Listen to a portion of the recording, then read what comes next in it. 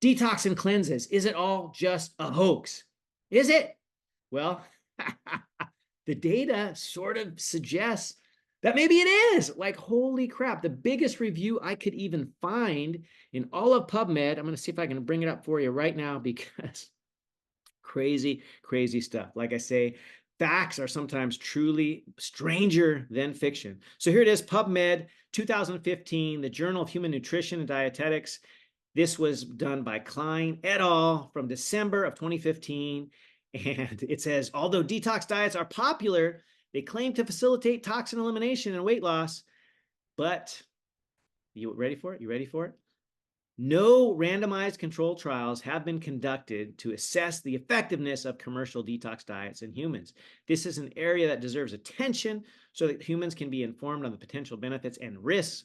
However, we could not find any evidence, any evidence to suggest that these available detox, any quality evidence, I should interject there. They say there's very little clinical evidence to support the use of these diets.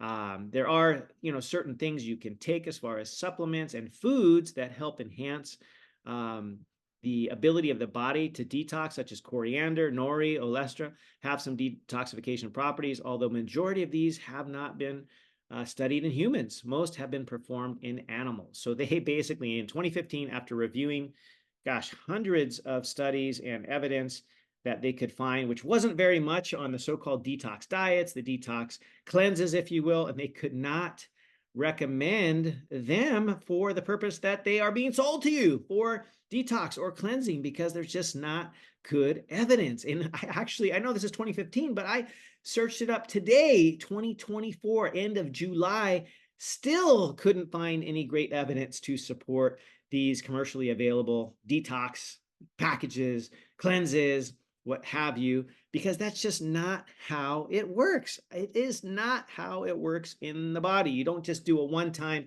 whatever it is, juice cleanse, detox packet, you eat a certain diet for a couple of days. Like, there is some utility. I'm just going to say there is some utility to what I would call a medically supported fast, which would be like a couple of days duration, where you might also have some nutrients that you take in. I wouldn't recommend people just jump out there and do several day fasting with no nutrient ingestion. I just think that's a little extreme for most of us, and you should have some medical support. I do what I call a medically supported fast, or nutritionally supported fast, better said, where I do fast for a couple of days with certain nutrients. I don't have 0 calories. I do have some high quality proteins during that, because, to be honest, your detox system cannot work well without getting adequate nutrition. Yes, there is a place for fasting, and yes, it has benefits, but one of the major flaws of most of these cleanses, especially those that last days or even a week or so, these juice cleanses and all this kind of stuff, is you are not giving your body significant, or should I say sufficient, nutrients to be able to help it to do what it needs to do to actually detox the body. You may or may not know this, but you have organs in your body that are helping you detox from all of these crazy chemicals we're getting exposed to on a day-to-day basis, whether it be through our foods, which is a lot of it, through other exposures, possibly also through foods like plastics, whether we're buying things in plastic or water bottles or what have you, things that may be in our drinking water, not just those that come from the plastic water bottles. Of course, you're gonna have some microplastics in there, but maybe your water isn't the epitome of clean, pure, and that natural spring water we would all hope to be. And there's ways to discover that. Lots of websites where you can discover the quality of your own local drinking water. Typically, just put in the zip code. You can find that out, or do what I recommend. And what I do is I have a filter. Never just trust what's out there. Just get a filter. There's simple reverse osmosis systems, a couple $100 you can install in your own home. I add a second step, a carbon filtration after that. So I have pretty darn clean water. Most places I live, I'm really blessed to have great quality water, but I also like to put them through a little filtration too. Why not? Then I add back in some nutrients, some electrolytes, things like that. And if you want to know my specific protocol, what I do, how I add back in some electrolytes and so on, feel free to message me over there on Facebook or Instagram, Dr. Thomas Hemingway. You can even email me, alohasurfdoc@gmail.com. I'd love to help you out in that regard. But it is so important to give your body sufficient nutrients to support its own naturally occurring detoxification processes, which are happening daily 24/7, literally around the clock. In the major organs of the body that you've all heard of, you all know and love it, it's the liver, right? The liver is tremendous. It is amazing. It is potent. It is powerful. It does so much for detoxification as well as so many other things. You've heard of the first pass effect, then the second pass, and through this, it makes certain toxins easier, I should say, to get rid of, to eliminate, right? You've heard of the bile acids and bile salts. You've also heard of how it can conjugate things with adding a group to them to make them soluble so they can be eliminated then, whether it be through the GI tract or also the kidneys, making them water soluble. So lots of things that the liver can do to help support your detoxification overall. But it does this every day, 24/7. And when you starve it with these prolonged cleanses, whether they be a week or more, these juice cleanses and whatnot, you're not giving the liver the significant nutrients that it needs, which is primarily proteins. You got to have some protein in that because otherwise the liver can't do what it's supposed to do well. It's got to have the nutrients and the support. It's so, so important. And this is being left out of a lot of these packages. There is one specific one that I've used for myself and I've recommended for others, kind of a tried and true. I don't call it a detox. I call it more a reset because it is nutritionally supported fasting. It has nutrients in there, which include protein. Guess what? I practice what I preach. I include protein. But one of the best things that this does to reset many people's metabolism is that you're not eating a bunch of other crap that many of us, including me, from time to time will eat, which is in our so-called standard American crap sad diet, right? The sad diet, which has too many highly processed foods and whatnot, which contain the big three, which I love to talk about and how it is so easy to eliminate them, right? The highly processed grains and flours, the highly processed sugars, especially that crap that they call high fructose corn syrup, which is almost single-handedly causing more liver disease now than ever. It has now surpassed alcoholic liver disease. In fact, I'm going to share with you a study, if I can find it here, that it's crazy, crazy stuff. The facts are sometimes stranger than fiction. Here we go. This was a review from 2019, the European Journal of Nutrition, and it is entitled Association of Sugar-Sweetened Beverages with Non-Alcoholic Fatty Liver Disease, a systematic review and meta-analysis. So they took, lots of studies, 1,015 articles. They reviewed them in depth. They had thousands of participants. They're looking at cases of non-alcoholic fatty liver disease. Right now, today, present day 2024, this is the most common reason for liver transplant is non-alcoholic fatty liver disease. When I did my medical training 25 plus years ago, it was always alcohol, the most common, alcoholic fatty liver disease. Now we have this entity called NAFLD, or non-alcoholic fatty liver disease, which is primarily caused by overconsumption of sugar, especially the high fructose corn syrup and the like, any sugar sweetened beverages, especially. In this one, looked at 1,000 studies, over 1,000, and what they found is that higher intake of the sugar sweetened beverages compared to the lower intake was significantly associated with non-alcoholic fatty liver disease, with over a 40% increase odds ratio, even after adjusting for possible confounders. So over 40% increased chance, that's an odds ratio over 1.4.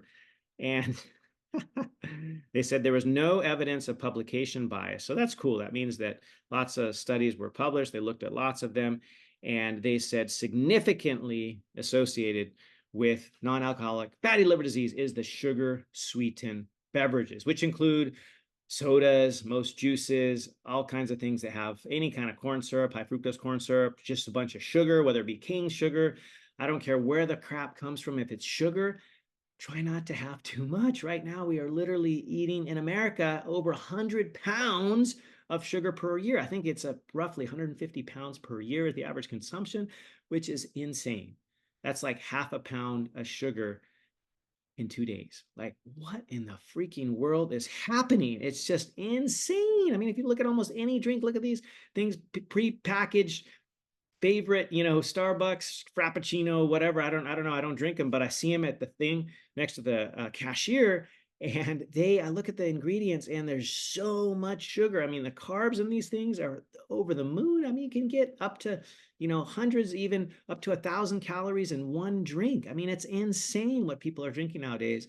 And it's no surprise to me that our rates of non-alcoholic fatty liver disease are through the roof because of these sugar sweetened beverages and just sugar in general. So remember that one of the best ways you can help yourself is to help keep the liver functioning well by not drinking a bunch of sugar sweetened beverages. Also, by not drinking a bunch of alcohol, because alcohol, I'm just going to say it and I'm going to get some hate. I know it, but alcohol, no matter how much you drink, whether it be 1 glass a day, two, three, whatever, all of it is a toxin. It is literally a toxin. The so-called toxic alcohol or ethanol. If you take a toxicology class, it's like day one, you talk about alcohol because it is a toxin.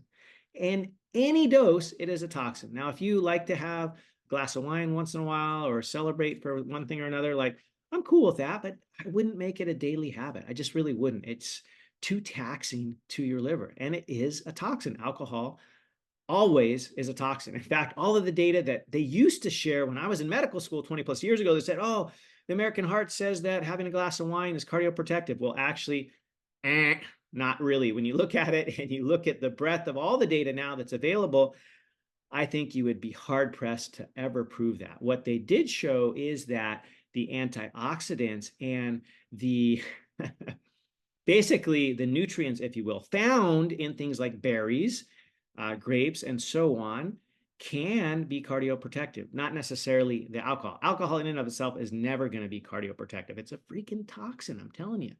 But anyway, we can talk about that. Maybe I'll do a blog or a post on that exact topic, because I was told medical school to having a glass of wine a day was a good thing. It was good for your heart. And you know what? I'm just going to say it. The data actually doesn't show that. It doesn't show that. And anyway, you probably heard of the resveratrol thing, right? That's kind of the active sort of helpful ingredient that was in the wine, if you will, which basically it's also available in grape juice and just eating blueberries and other berries, for example. You don't have to drink any alcohol to get resveratrol. You don't have to buy David Sinclair supplements either. Just save your money and just eat berries and other brightly colored fruits, especially the smaller ones like the berries, because they don't have a lot of sugar. They have less sugar. Anyway, I'll get off that soapbox, but keeping the liver supported is essential. And it's one of the things that sadly is often ignored during these detox diets, these multiple day cleanses, because you're not getting sufficient protein to be able to maintain excellent liver function. The liver is important. And if you want to take some nutrients that have things like the sulforaphane that are available in things like broccoli, Brussels sprouts, things like that to help support the liver, go for it. If you want to have a bunch of antioxidants in your diet, like I was mentioning, some of these fruits that have antioxidant qualities, you want to add other cool stuff like spirulina.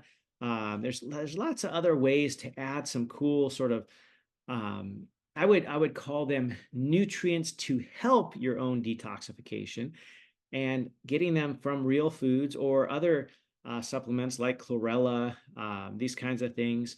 We even talked about at the very outset of the podcast, I mentioned in one of the studies, it was talking about seaweed in one form or another. So there's a lot of ways you can get some of these things, but my favorite are the sulforaphanes. These are available in my favorite Brussels sprouts as well as broccoli, and that actually helps with the liver's detoxification. It's so critical, so crucial, and getting enough protein is one of the most important things. You got to have enough protein to be able to have the liver function properly. Because if it's not functioning properly and you're just doing 10 days of a juice cleanse or something and you're getting zero protein, it cannot perform its best. And the liver is so important, not only to eliminate toxins, but also helps convert your T4, which is thyroid hormone, into active version, which is T3. The liver helps do that as well. The liver does a lot of stuff. There was actually a study, this is super interesting, called the Minnesota Starvation Experiment. This was done, this is a crazy study. They literally took healthy people, and I learned a lot of interesting things from reading this. And one of the authors, interestingly enough, was a dude by the name of Ansel Keys.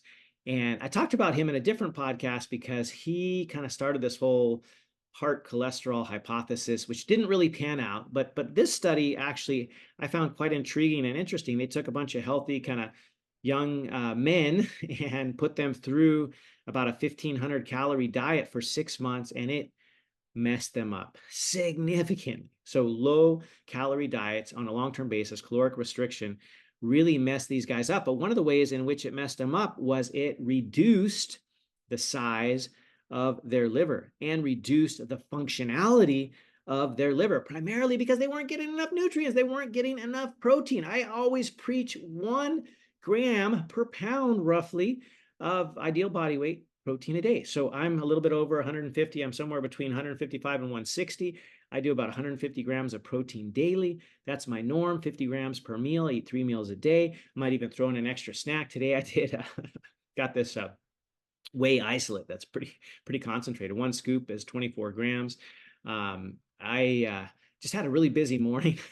I worked out, I surfed, I did a couple hours activity. So I actually did a 48-gram burst of protein all at once because it wasn't mealtime and I wanted to get something in quickly because I just was so busy this morning. I did 2 scoops of this, 24 grams per scoop, whey isolate, and I did extra protein because I got to get my 150 grams every day. But anyway, this experiment, Minnesota starvation experiment, showed significant deterioration or ill effects towards the liver because of the low protein and the low caloric intake that just happened for 5 to 6 months.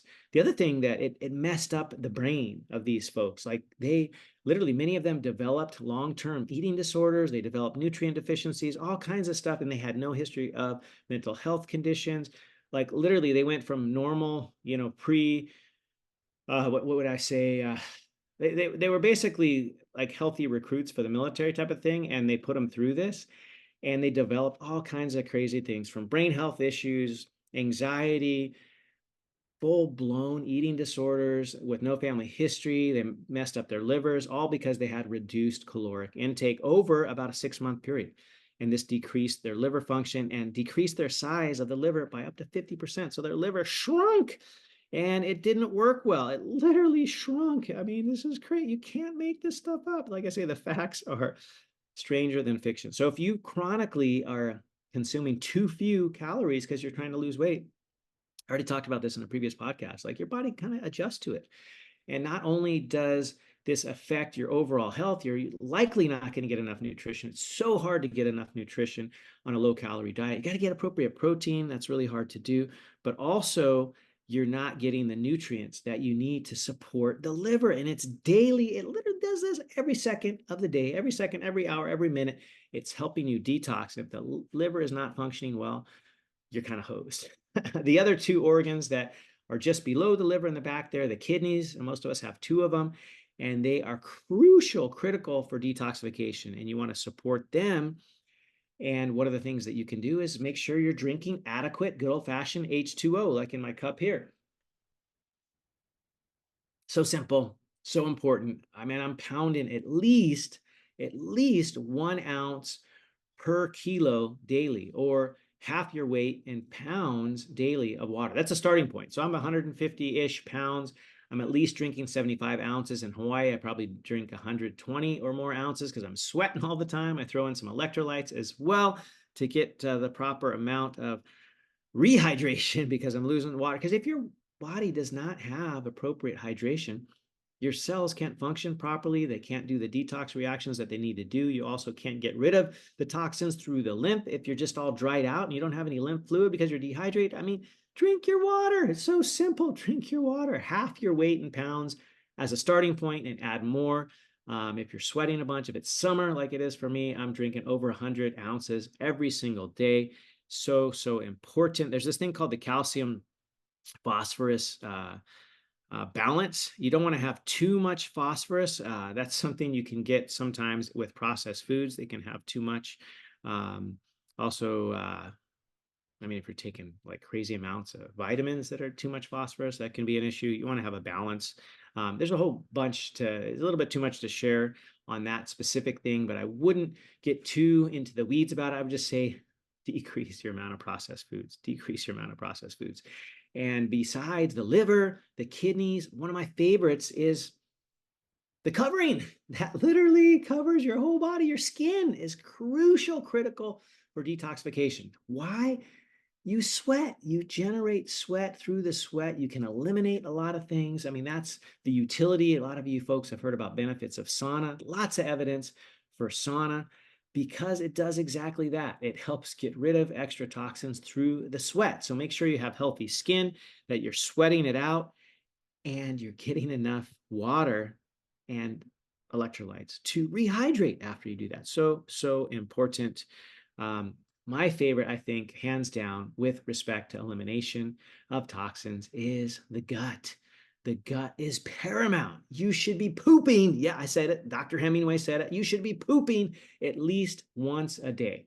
Once a day is kind of my minimum. If you're not doing at least once a day, we need to help you with this. If you're not pooping every day, message me. I can help you. You got to get pooping at least once a day. I personally poop 2 times a day, 2 to 3 on average, at least 2 typically, because I feel great when I do it. And I know I'm eliminating toxins. Make sure your poop is not hard. Make sure it's soft.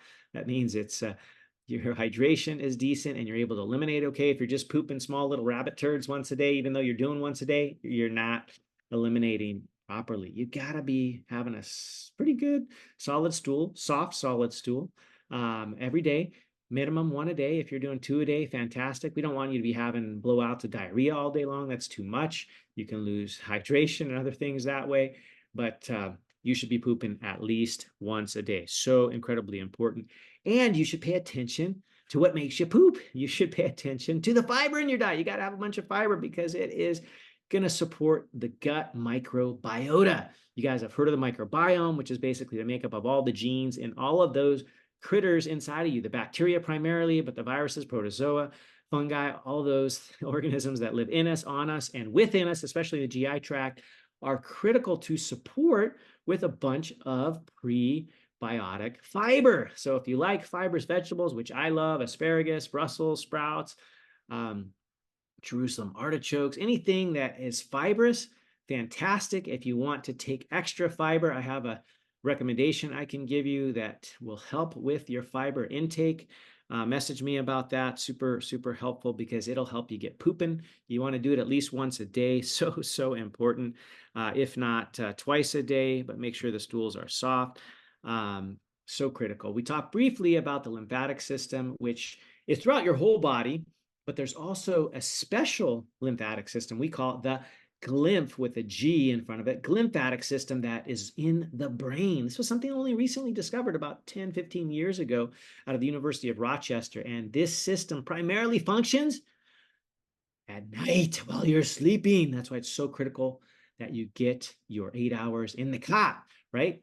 6 to 8 hours. I would say at least shoot for 7, if not 8 hours every single night. There was a very interesting study that looked at that precursor protein. Many of you have heard of it, right? The so-called culpable protein in the Alzheimer's dementia, the beta amyloid, which I don't really believe it's culpable, but it is a marker. It is a marker. It may even be a protective protein that gets laid down in response to inflammation, but it's actually good to sweep all the crap out each and every night through sleep. And getting rid of the excess beta amyloid that's getting deposited in the brain would be helpful, potentially help prevent dementia like Alzheimer's, Parkinson's, other neurodegenerative cognitive decline. So make sure you're getting your sleep, because effectively this cleanup crew can only come out after dark while you are in bed, or at least while you're sleeping, because that's when the lymphatic system is at its peak effectiveness, efficiency, and doing its job is while you are sleeping. I wanted to share a quick study that talked about, it was crazy. It actually, when I first read it, kind of pissed me off because I spent 20 years of my life not getting adequate sleep. And so I may have excess already beta amyloid in my brain. I haven't seen it there. I haven't been doing specific studies looking for that. But I am doing everything I can now to sweep it up, get rid of it through my 8 hours a night that I am striving for each and every night. But here's the study. It is called the Beta Amyloid Accumulation in the human brain after just one night of sleep deprivation. This was eye-opening for me. This was a clinical trial. This was 2018, published in the Procedures of National Academy of Sciences here in the US, 2018. It says the effects of acute sleep deprivation on beta amyloid at this point had not been documented. They were able to do a PET scan. They looked at the burden of beta amyloid in 20 healthy controls after a night of rested sleep, which was the baseline, and then after a night of sleep deprivation. And what they showed relative to the baseline, so these are the same people.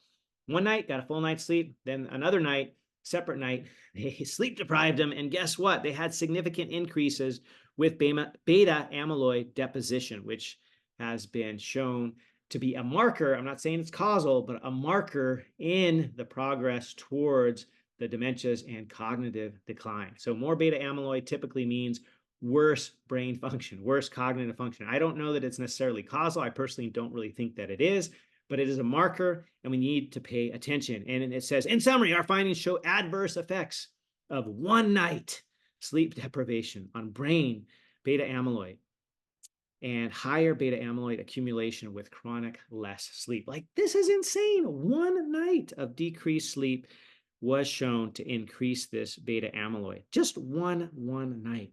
So I try not to do all-nighters anymore. I do occasionally because I still work. I am a board certified physician, and sometimes I work all night, a 12-hour shift overnight in the hospital, and I go straight to bed afterwards. I really try to make up for it and get a night's sleep, albeit during the day with my eye cover that my kids make fun of.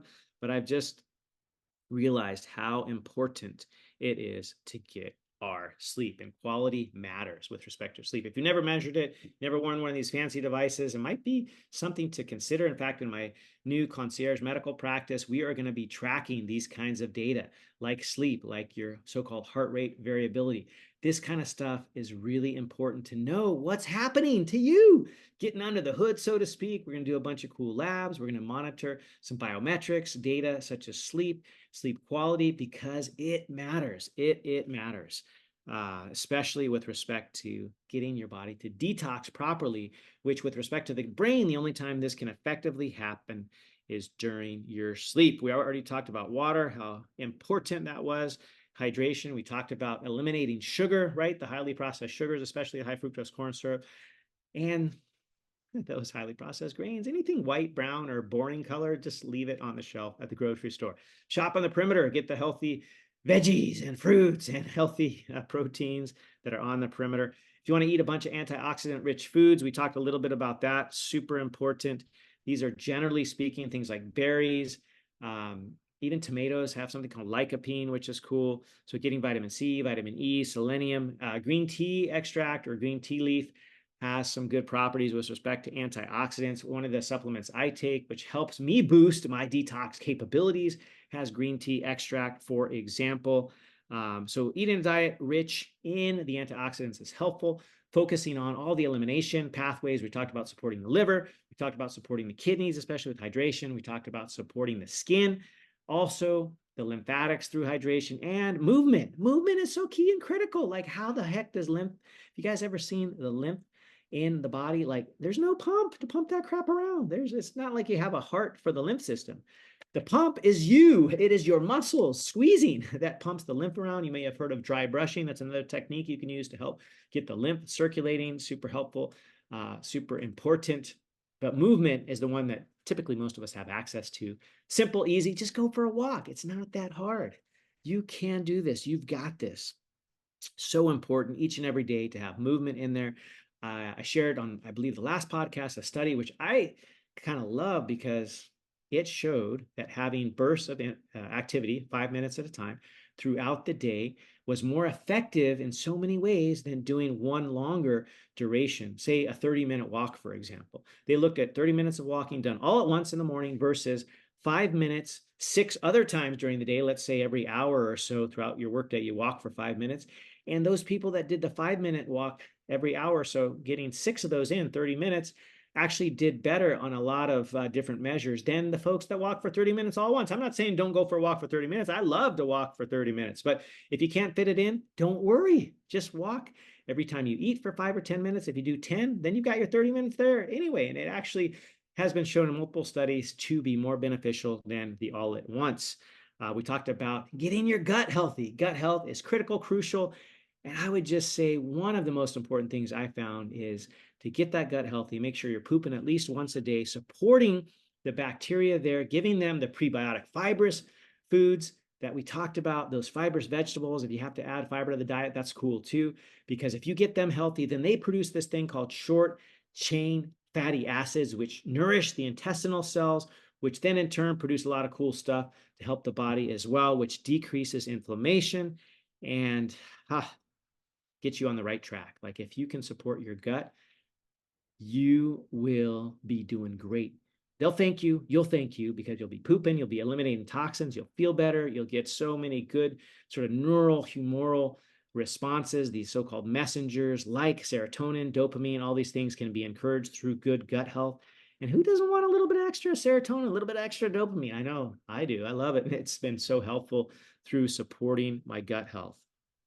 So that's, we talked about activity. Activity is so helpful with moving the lymph around. We talked about that's also helpful in decreasing inflammation. Who knew, right? It actually exercise. If they could package this thing and put it in a little capsule, exercise would be the blockbuster drug of the ages. I think Peter Attia in his book Outlived gave a little example of that, and it stuck with me. I read that right when it first came out, and it's something I've always believed. You cannot substitute the lack of activity with something else. Like they're not going to make an exercise pill. They're also not going to make an effective sleep pill or sleep substitute pill. I heard there's guys in Silicon Valley right now trying to work on a supplement or medication or something that makes it so you don't have to sleep. And I don't buy it. I'm never going to buy it. I don't believe that it's going to be effective because of what I shared with you in this podcast, that you need to have that sleep to get the lymphatic system to flush out those toxins from your brain. If you don't want to get Alzheimer's or Parkinson's or one of the neurocognitive declines and dementias,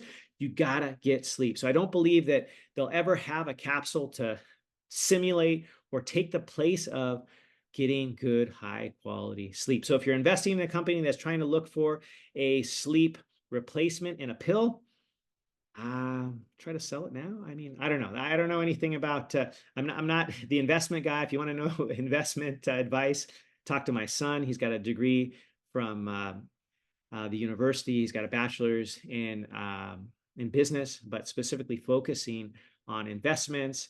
And he is brilliant. He reads a book every week. He got his degree from Purdue. He's got a bachelor's of science from Purdue. He knows all about investing. And he actually told me about this thing. Hey, Dad, have you heard these guys are trying to invest in a pill to take the place of sleep in the Silicon Valley? I'm like, dude, don't invest in that. I was like, no, I don't invest in that kind of stuff anyway. I'm tried and true. I use the Warren Buffett approach. Time is my friend. He's already thinking about, putting in, and he actually saves just about everything he makes in retirement. And he knows that nest egg, time is in his favor. It is one of the most important things when you go to investing. And he's very savvy. And he said, no, I would never invest in a company like that. That's not my thing. It's too risky. And I agree. I wouldn't be investing in that either. Sorry to digress, but super interesting stuff. I don't think that sleep will ever be replaced with a pill. I'm just saying. Some supplements can be helpful, things that have the sulforaphane. I would just eat some broccoli, Brussels sprouts, maybe cheaper. I tend to like them anyway. Chlorella, pretty helpful as well. Chlorella helps with the enhancing the body's innate detoxification, can help eliminate toxins like heavy metals, according to some animal studies. That's chlorella. Cilantro, actually, I love cilantro with my Mexican food, especially in my homemade salsa. It can help to detoxify and get some lead and other heavy metals out, phthalates, insecticides, but supporting glutathione in your body naturally through eating the things that we've talked about, like eggs, which has protein, it has the natural cholesterols in there to support glutathione, broccoli, garlic. So important, having enough antioxidants. We talked about that. And just don't forget to do these daily simple things, right? If you got my book, 5 Powerful Practices to Avoid Disease and Build Unshakable Health, my book, Preventable, I talk about these 5 daily activities, which include what we talked about today. Movement, it includes sleep, it includes getting your gut healthy, it includes getting proper stress optimization, because stress ain't good. It causes inflammation, especially the chronic stress. Not good. And when you decrease that inflammation and optimize your stress, you will be able to detoxify better. Supporting your liver with a proper diet. Food is your friend. Food is medicine. Food is the best possible thing that you could do to your body, is give it the nutrients that it needs, wants, desires, as well as the nutrients that your gut needs, wants, and desires. So in a nutshell, that is the deal. You can't bypass it with some quick cleanse. Like, it's not going to happen. It's a way to take a bunch of your money. I mean, I get it. Why not call something a detox or a cleanse and try to make a bunch of money? Like, I get that. I'm not buying it. I don't see the evidence. In fact, I reviewed all the evidence I could find on PubMed today before I did the show and still could not find any impressive data to suggest that any of these work well. So save your money. Make sure you incorporate the things that we talked about and hydrate, move your body, get adequate sleep, and support your body with the proper nutrition. If you want to do a fast, that's fine every once in a while, but I wouldn't do a prolonged cleanse. I just wouldn't. You're not getting the proper nutrition. Do something that I would call a medically supported fast or a reset that helps give your body nutrients during a period of time where you're eating decreased calories. That's okay, and you're eliminating a bunch of processed food. That's great. I would just try to eliminate the crap in your diet every single day. Just don't buy it. Don't take it off the shelf at the grocery store. Leave the Oreos there. That was my advice. I don't even buy Oreos anymore. That was literally something we always had in the pantry. But all that crap, leave it at the grocery store. So I hope this was helpful for you. Make sure you share it out. Make sure this content is shared. It's meant to be shared and shared alike. This could go viral because I said it, and I'm going to say it again. Most of these detox things that you're hearing about, the cleanses, are BS. They're a hoax, and there's no good data behind them. Thanks for watching, and make sure to like, subscribe, and share with a friend. These podcasts take hours of research, and taking just 2 seconds of your life to hit the like, subscribe, and share button will help a ton and get this word out to help more and more people. Thanks in advance. Mahalo and aloha.